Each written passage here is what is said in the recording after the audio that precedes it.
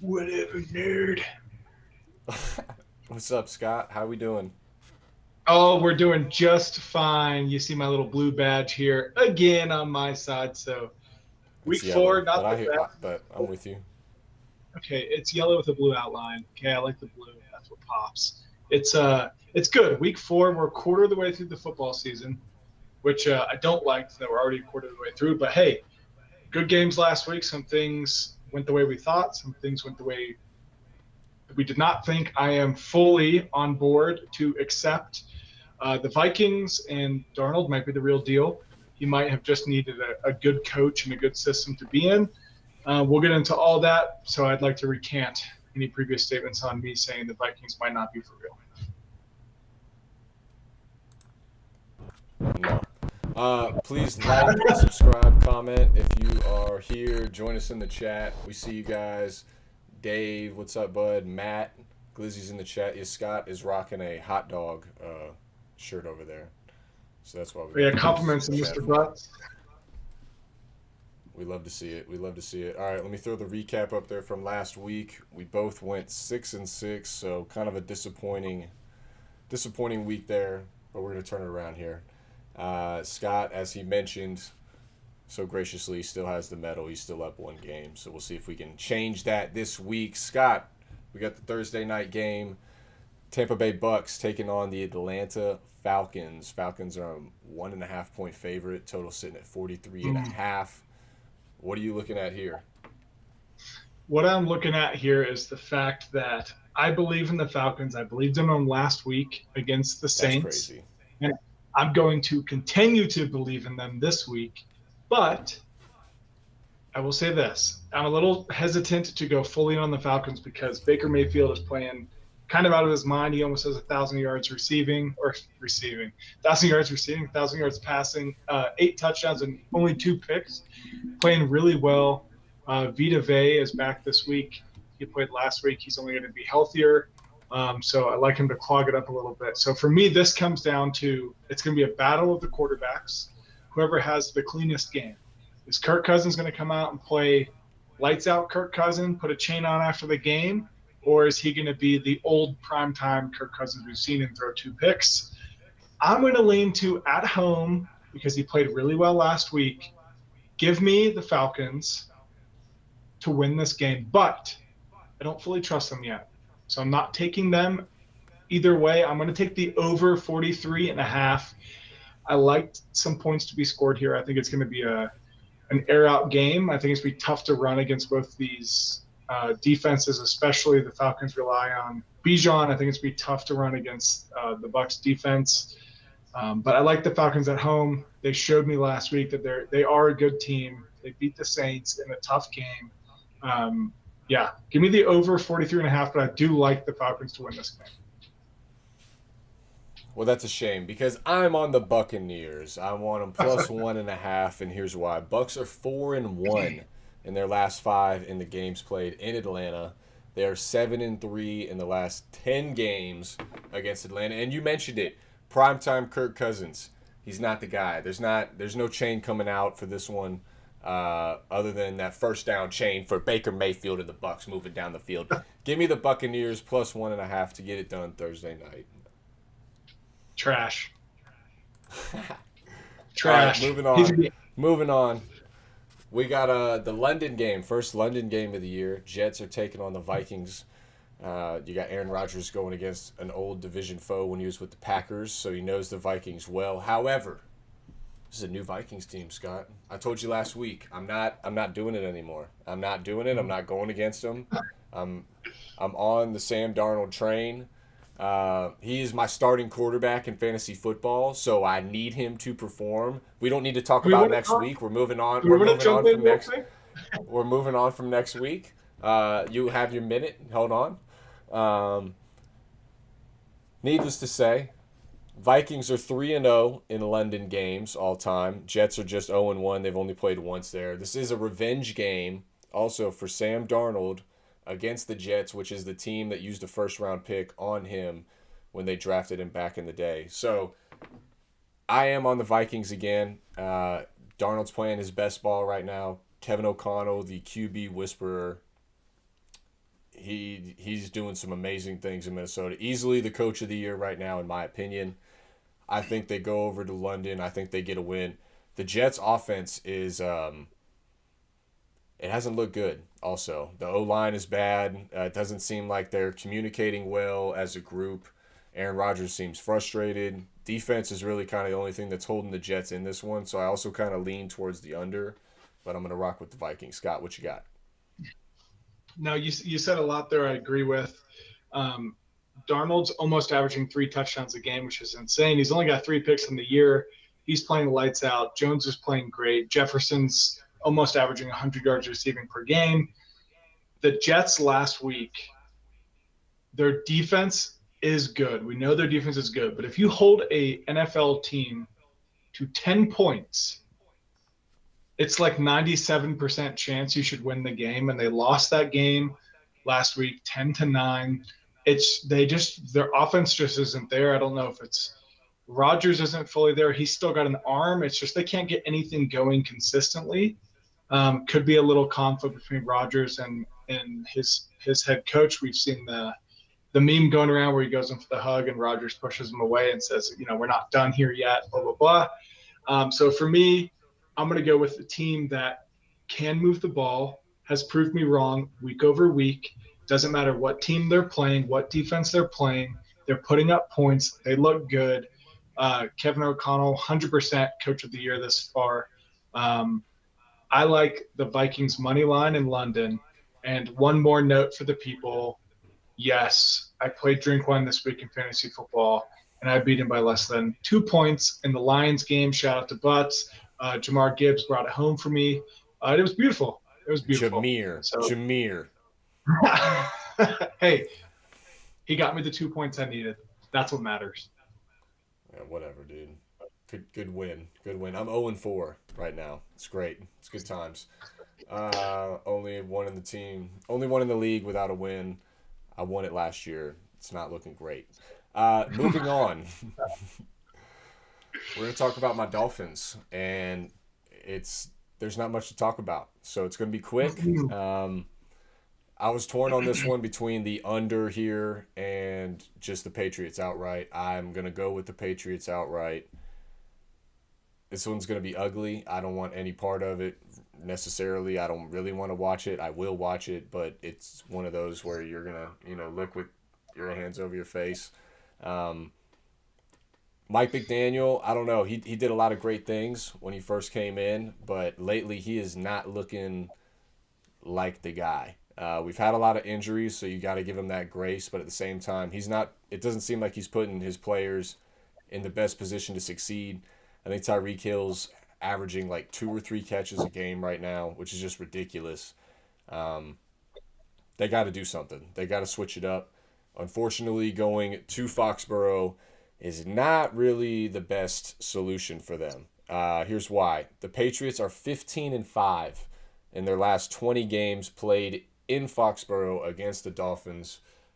I like them to get another one here, unfortunately, against my Fins. But, yeah, I got to go to the Pats. Scott, what do you got? Yeah, you said it. It's like I said last week, your offense is non-existent. I don't know where it went. I don't know what happened. You have all the skill players in the world, and just nothing is happening on your offense. It makes no sense to me. I don't get it. You're averaging 10.5 points a game, and you're averaging even less than that after 2 are left. You only get above 10 points because you put up more in week 1. It doesn't make sense to me. I don't know what's happening. You have Tyreek Hill with just over 200 yards in the year. What happens in the rushing game? So, I'm going to butcher his name, but Achan, he came out, had 22 carries against Buffalo in week 2. Then he went to 11 carries. And against the Seahawks, I get it. You were trying to catch up, so you have to pass the ball. Tennessee, 10 carries and 15 yards. I don't understand. Give your playmakers the ball. Don't get fancy. Rely on the skill players that you're paying, and you'll have a chance. But it just doesn't make any sense. So, sorry. New England, at home, money line. I just don't see the Dolphins scoring. They might not score another touchdown they might average 1 touchdown over the next quarter until they can figure out what's going on in Miami. So, yeah, Miami is the new Cleveland Browns for me. This is the third game of the week. New England money line. See, I was going to say Steelers from like last year, from the Matt Canada era, but yeah, Oh, I'm with you. yeah, our winning record. That's It might be karma. It might be karma for me giving you crap about Matt Canada and the offense. Did we make the playoffs last year? Moving on.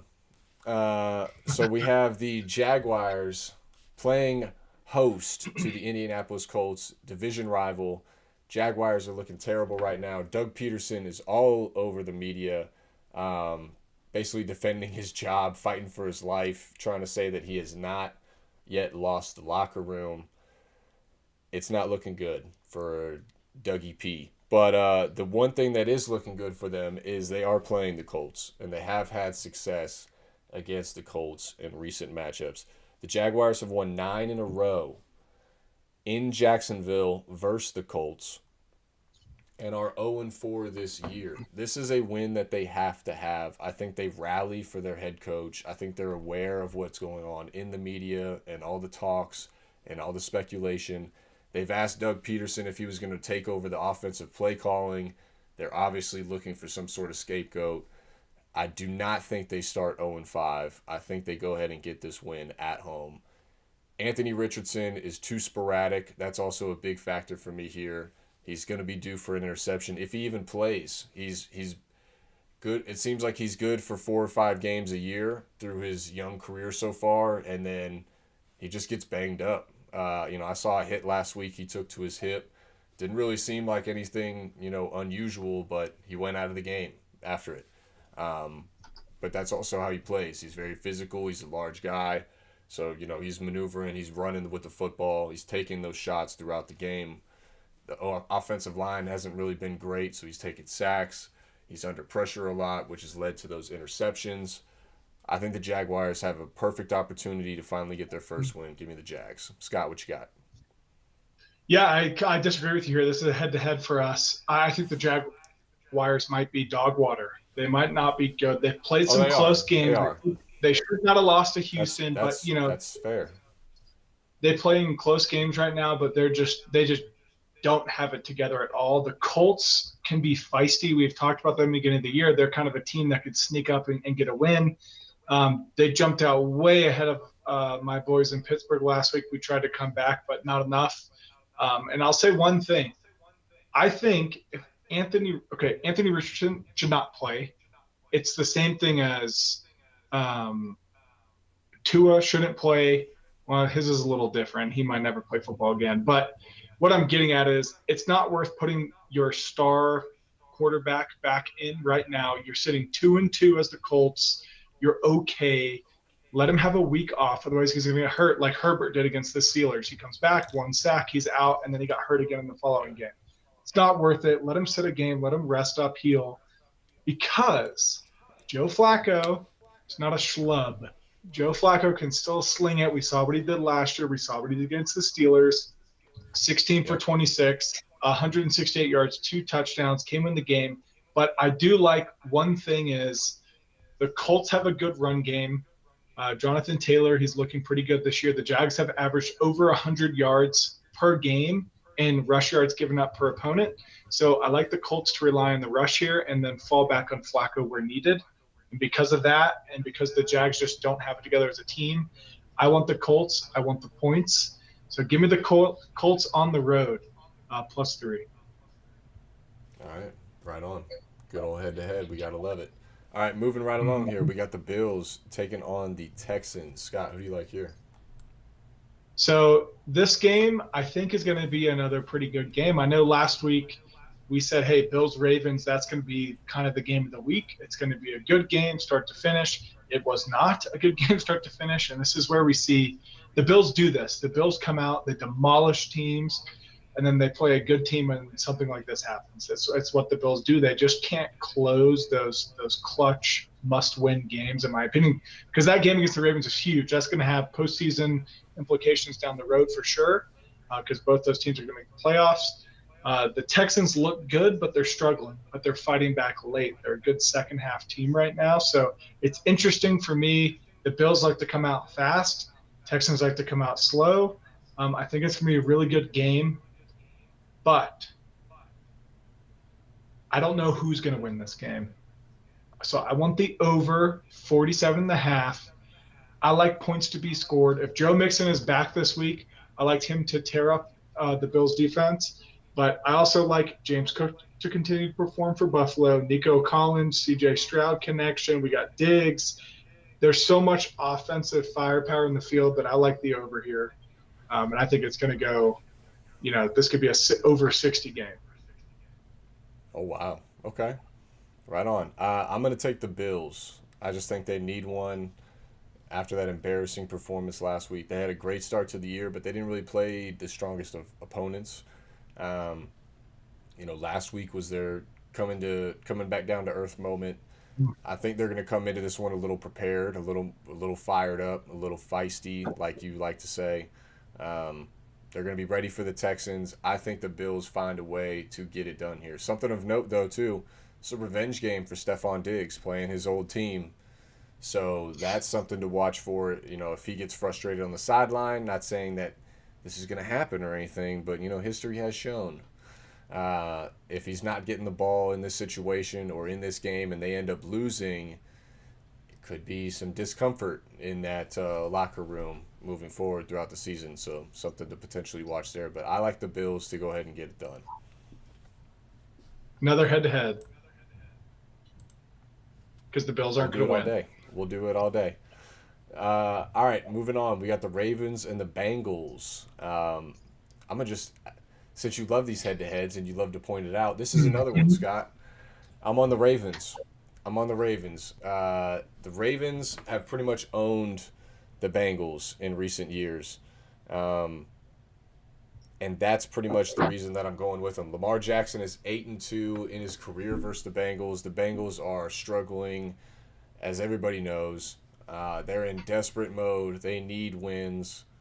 However, they are going against John Harbaugh, Lamar Jackson, Derrick Henry, and these Ravens, and they are finally clicking. Derrick Henry had 2 touchdowns the other night. Looked great. He had that, I think it was the longest run in Ravens history for a touchdown. It was like 87 yards, first play of the game. I think they're finally starting to understand each other's roles. Everybody's getting more comfortable with what they need to be doing. Give me the Ravens to go in, and I think they're probably going to win by, I like this one, Ravens by maybe even 10, honestly. Scott, what do you got? The last 8 games, the record is 3-5. And the Ravens have it. But here's what I like. This is a game the Ravens should win easily. On paper, the Ravens should dominate this game, but the spread's only 3. So that's a little bit of a question mark there. To me, this should be like a 5.5 spread game for the Ravens. At home, Cincinnati, they're coming off of a must-win game that they went and handled business. I get it. It was the Panthers, but still, they played well against Washington. They played well against Kansas City, losing the Washington game by just under 5 points and Kansas City by 1 point, and then they even lost the New England game by a touchdown. So they're playing close games. They're starting to get it together. Joe Burrow is Joe Burrow. 1 pick on the year, 7 touchdowns. The one factor that I'll give Baltimore is Derrick Henry. Derrick Henry is a monster. He looks good. He looks like this is a great move for him. 480 rushing yards and 5 touchdowns he's got a historic start to the season. But Jamar Chase, 300 yards, 3 touchdowns. I like it. AFC North, that's where I live. AFC North games are usually close. I like a close game. It's usually a touchdown game, if not closer. So for me, give me Joey B at home, shutting the Ravens down, keeping the game close, containing Lamar Jackson. Cincinnati gets to play the Ravens in this team 2 times a year. The only factor they haven't seen is Derrick Henry, and they've got film on him.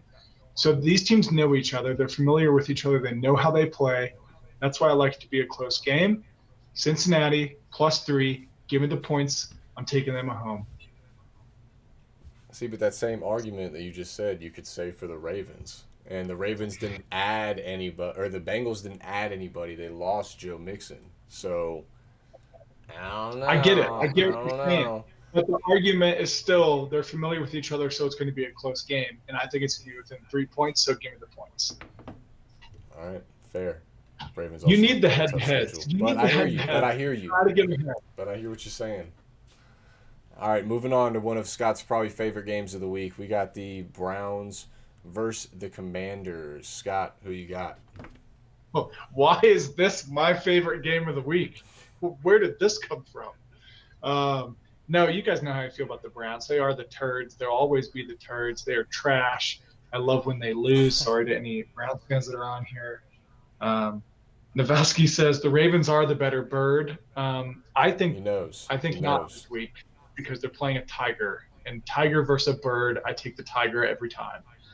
Okay, back to Washington. So Washington continues to surprise. Now, they've played the Giants, Cincinnati, and Arizona the last 3 weeks, and they're averaging almost over 35 points a game over those 3 weeks. But again, they're not playing the best defenses and the best offenses in the NFL. But they're putting games together. Jaden Daniels, 900 yards, 3 touchdowns, passing, but he's making it happen with his feet too. Robinson Jr., he's looking good.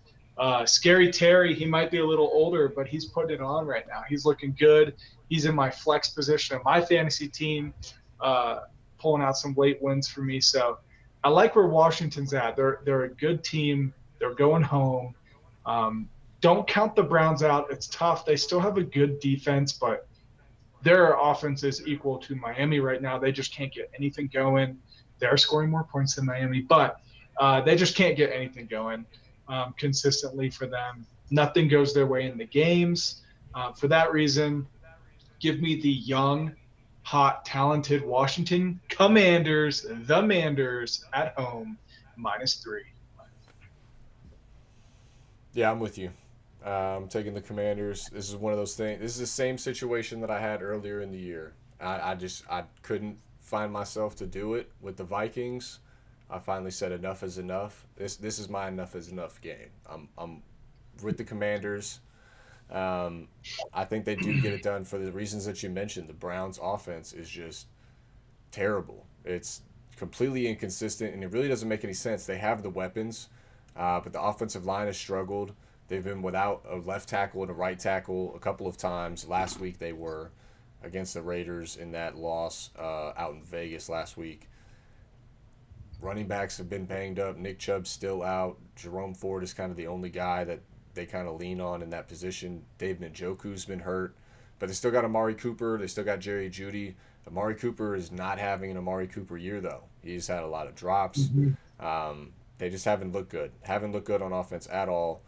And Jaden Daniels and the Commanders are playing with a confidence right now that is kind of rare to see. So I think that they're going to continue that momentum, and they're going to probably find success here against the Browns. So I'm with you. I like the Commanders also. Navasky, I agree. Commanders are the better bird, for sure. 100% the better bird. Now we go to another matchup with two birds, and that is the Raiders at the Denver Broncos. Two good birds here again. For me, this one, look, the Raiders at the beginning of the year, they had just enough pieces to duct tape a puzzle together and kind of hold a team together. Now they're losing some pieces. Zamir White is questionable. Devontae Adams is questionable, which I just saw online. I don't think he's going to play due to his hamstring injury. If he's out, I don't like the Raiders at all. You can see the spread opened up at Denver -2.5, and now it's Denver -1.5, which is pretty interesting to me with the news that just came out. Maybe it's not updated yet on ESPN Bets, or maybe someone knows something we don't know and he's actually going to play. Even if he does play, I think it comes down to, can the Raiders offense score 20 points on the Broncos defense? The Broncos defense right now is averaging about 10.5 points a game to opponents. They're playing very well recently against Tampa Bay. They give up 7 points against a hot Tampa Bay team, and then they give up 9 points against the Jets. And they do have offensive firepower. They just can't get it together. So I'm going to trust in the better defense, because I think a better defense beats a lousy, questionable offense. Gardner Minshew's your quarterback. If Davante Adams doesn't play, who do you throw it to? Brock Bowers. He's having a good year, but you can't just have one weapon. So I'm going to go with the better defense here. At home, give me the Broncos money line. Okay. Yeah, I could definitely see that. A lot of injury issues for the Raiders. Broncos are finally starting to get it going. It seems like their team's starting to buy into what Sean Payton is talking about. Definitely seems like there's more chemistry on that sideline. Big win last week. You mentioned it against the Jets. In a sloppy game, they came together, got it done. So the Broncos are trending upwards for sure. The problem is, though, their offense is still not it. Bo Nix is still struggling. The good news is they're going against a Raiders defense that has its struggles of its own. Max Crosby's been banged up. They've had a lot of injuries on both sides of the ball, as you mentioned. Davante Adams, he's up. He's got a bunch of trade rumors around him right now, let alone that hamstring he's dealing with. Overall, I think I'm going to take the under in this one.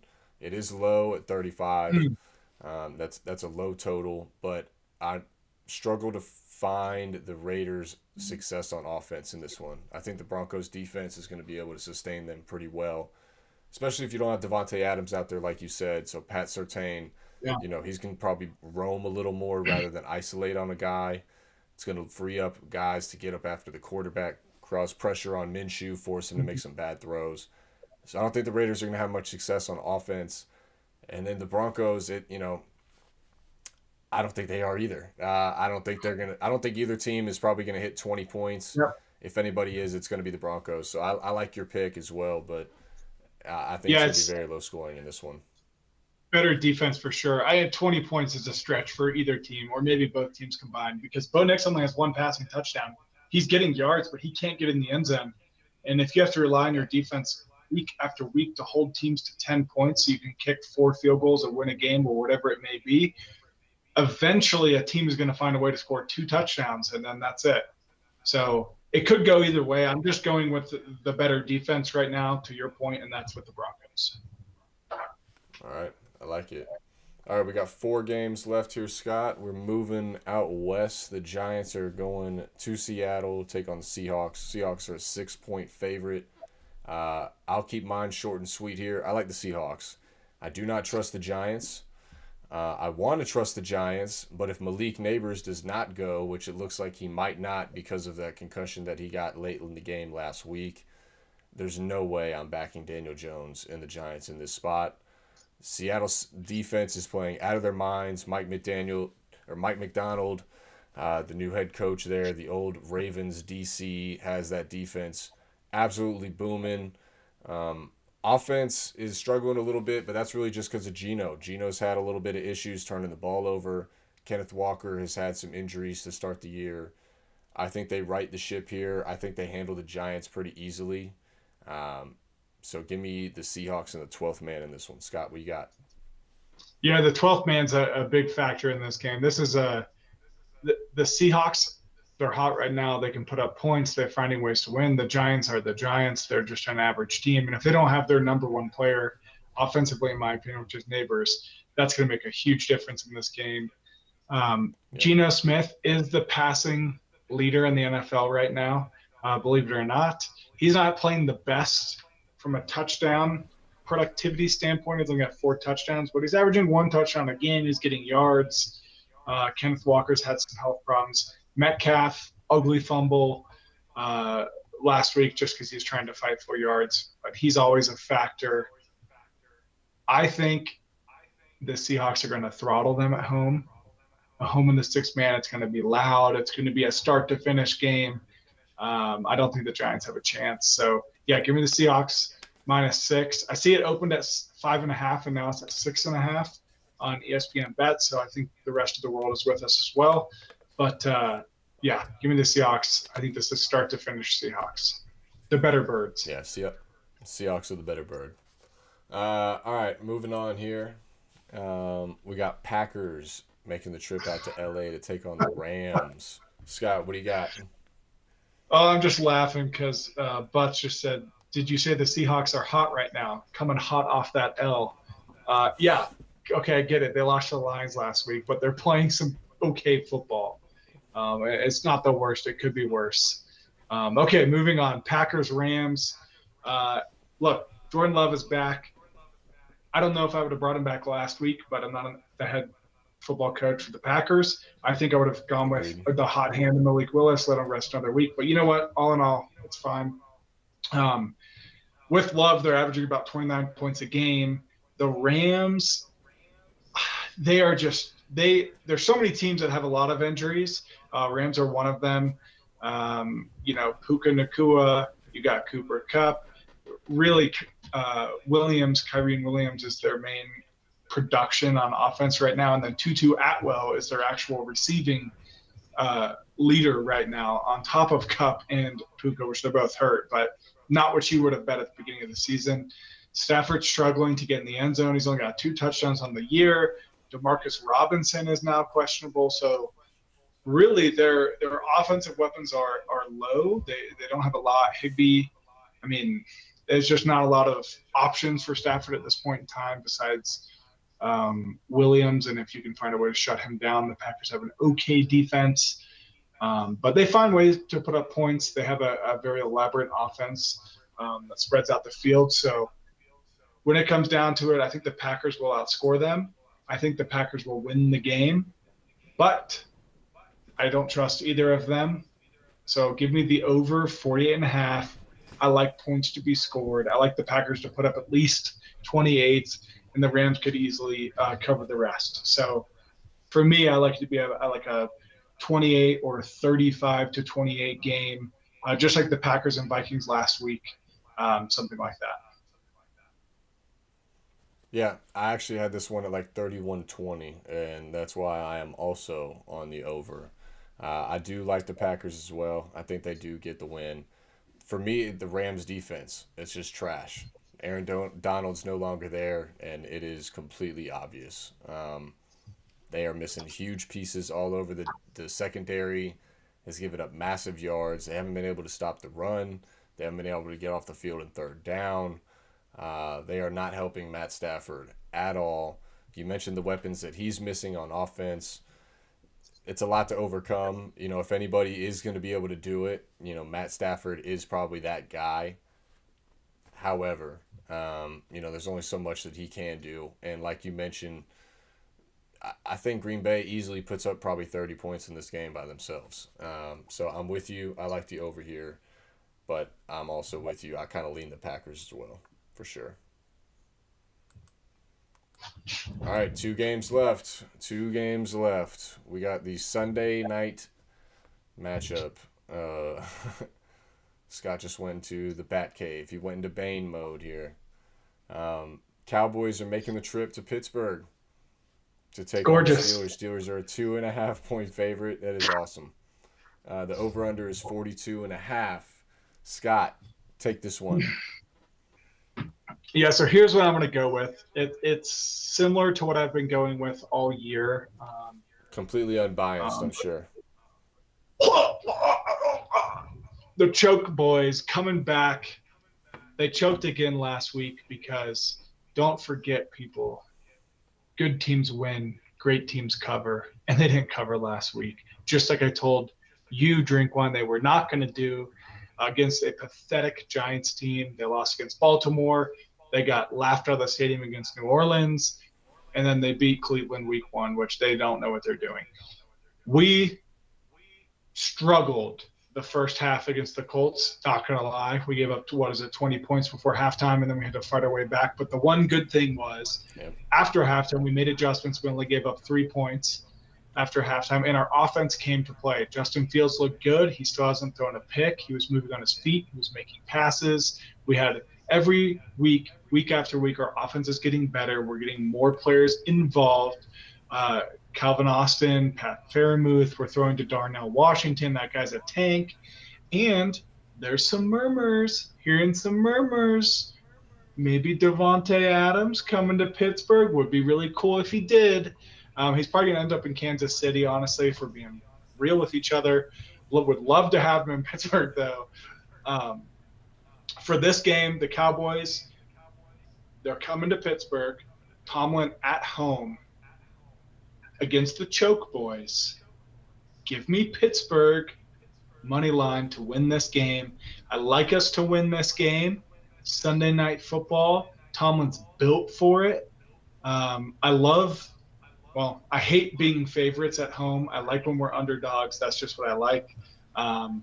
But if you give me Tomlin at home against a team that has not figured it out completely, and they're the Choke Boys, in my opinion, I'll take them 9 times out of 10. Give me the Steelers money line. Yeah, I'm going to take a money line as well. I think this game has field goal all over it. It's going to be a back and forth, just field goal fest. Luckily, I got Chris Boswell on the fantasy team, so it should work out pretty well there this week. But I think it's going to be low scoring. I think it's going to be close, but I do think the Steelers are going to be able to get enough done to get the win here. I think being in Pittsburgh for this one is a big factor as well. I think if it was in Dallas, it'd be a little bit different, but Steelers fans are going to be rowdy. They're going to make a lot of noise. It's going to be hard for Dak and that offense, which has kind of been up and down. The defense for the Cowboys has not been it. They're going to be without Michael Parsons. They're going to be without DeMarcus Lawrence.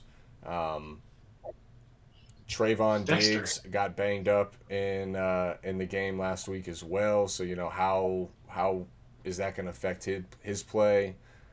So I like the Steelers too, and I like Najee maybe to finally find the end zone, Scott, because I've given up my hopes on him to get in there. Look, something interesting. Look, if you're an NFL fan, the Steelers and the Cowboys, we have a history. We have a history going against each other late in the playoffs back in the 70s, 80s, 90s. I hate the Cowboys. I despise the Cowboys more than any other team outside of the AFC North. I love to see them struggle. I love to see them just shit the bed, for lack of a better word. I love to watch them choke against teams they should beat by 20 points. Nothing makes me happier. But we haven't played them since 2020. Just kind of interesting to think about. Makes sense. Every 4 years, you have that weird team that you rotate in. And last time we beat them, but before that, they beat us 2 times in a row. So, yeah, I can't wait to watch this game. Towels will be waving. Renegade's going to be playing. Tomlin's going to be pumped. I'm excited. I hate the Cowboys. All right. Moving on to Monday night. Last game that we're talking about this evening, we got the Saints making the trip to Kansas City and Arrowhead to take on the Chiefs. Chiefs are a 5-point favorite. Total sitting at 42.5. Scott, what say you on this one? Yeah, so this is again where I flip back to my comment in week 2 where I talked about, or it was week 3 after week 2 where I talked about the Vikings are frauds, the Saints look good. We're going to flip that statement around. And now after the evidence has been collected, the Vikings looked like the real deal and the Saints might have been frauds in the first 2 games. The Chiefs, however, everyone on their team is hurt. Pacheco, he's out. We know he's out. Rashid Rice, Patrick Mahomes took him out last game trying to make a tackle. I did read something that said it didn't come back on the MRI, that it was completely torn. But no matter what, if it's a bone bruise, PCL sprain, it's 4 to 6 weeks minimum. So he's going to be out for a while. Hollywood Brown's still on the IR. CEH is still out. Steele's playing well. But last week I did say, hey, Kelsey's in the news. They're talking about how he's been unproductive, how he's doing nothing for the team. Last week he had 7 receptions, 87 yards. So Mahomes is going to have to rely on him heavy in this game. He's pretty much their only offensive weapon at this point. Besides Xavier Worthy, who he's going to have to figure it out as well. At home, the Chiefs against a struggling Saints team. The Chiefs defense is playing really well. Derek Carr's playing okay the last couple games. Kamara's playing great, but that's where the Chiefs, for me, the Chiefs' strength is the rush defense. So I'm going to take the team at home in Arrowhead. They play well there. It's Patrick Mahomes. I've learned my lesson. You don't bet against Patrick Mahomes unless it's obvious. I like Kelsey to have another good week, and I've actually got him in my parlay pick for this week for a prop bet. So give me the Chiefs -5. It's just taking Patrick Mahomes. That's just what they do. They find ways to win at the end of games. Yeah, I'm not mad at that. I'm actually going to go the under here. Both offenses are banged up. Chiefs more so than the Saints, but the Saints have really teetered off. You know, those first two games, their offense looked amazing. Everybody was all over Derek Carr. Oh my God, this is the guy. He's back. Not so fast. Last two games, not so much. They have not looked great on offense anymore. Alvin Kamara was a huge factor for them in the first two games. In the last two, as he's still a big factor for them, he hasn't really been the same, and that was a big difference. I think that they're going to have some struggles here against this Kansas City defense. On the flip side, I think Mahomes is going to struggle against this Saints defense. The Saints defense is no joke. They're going to come to play. I think this is going to be a low-scoring prime-time game. Classic under here, so give me the under 42.5 in this one, Scotty. Yeah, Nowalski said it best. He said, the Saints are doo-doo. The Chiefs are going to win it. It's just Chiefs at home. It's hard to bet against the team. The Chiefs are the better bird. They're the better bird. They're the better bird 9 times out of 10 you know? At home with Mahomes. Correct. All right, throwing up the recap here. I'm taking the Bucks. Bucks. Hold on. What? I got a little special something for the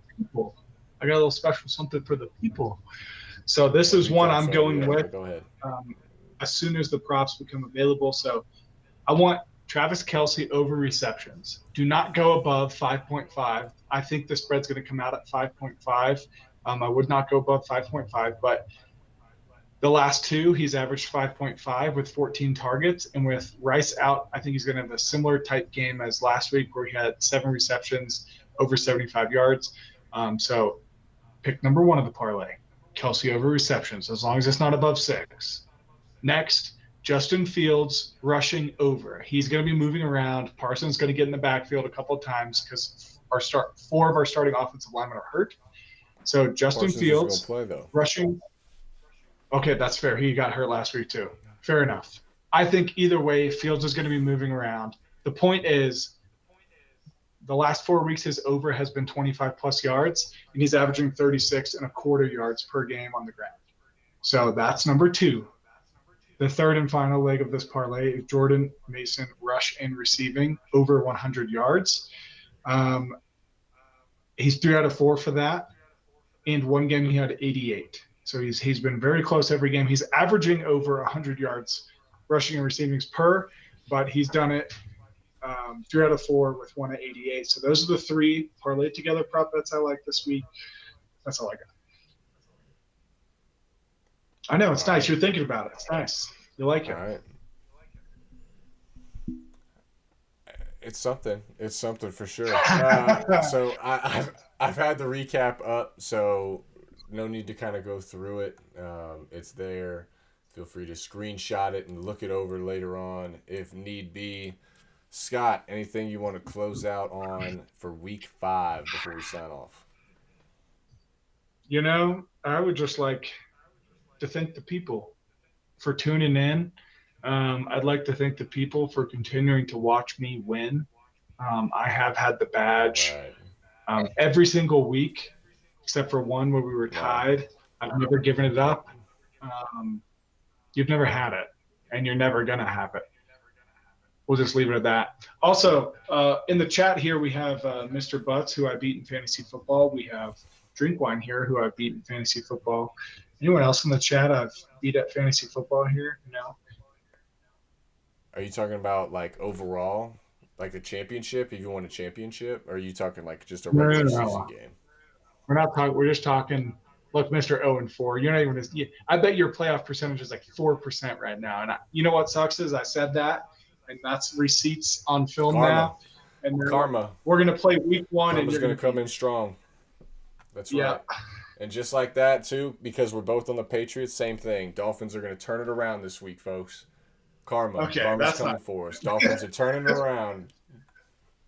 That's fine. All right, appreciate everybody watching. Please like, comment, subscribe if you haven't already. Put on the notifications so you know when we go live. We're here every Wednesday night. We also have the college show that is live every Wednesday night at 8 p.m. Eastern as well. we follow that.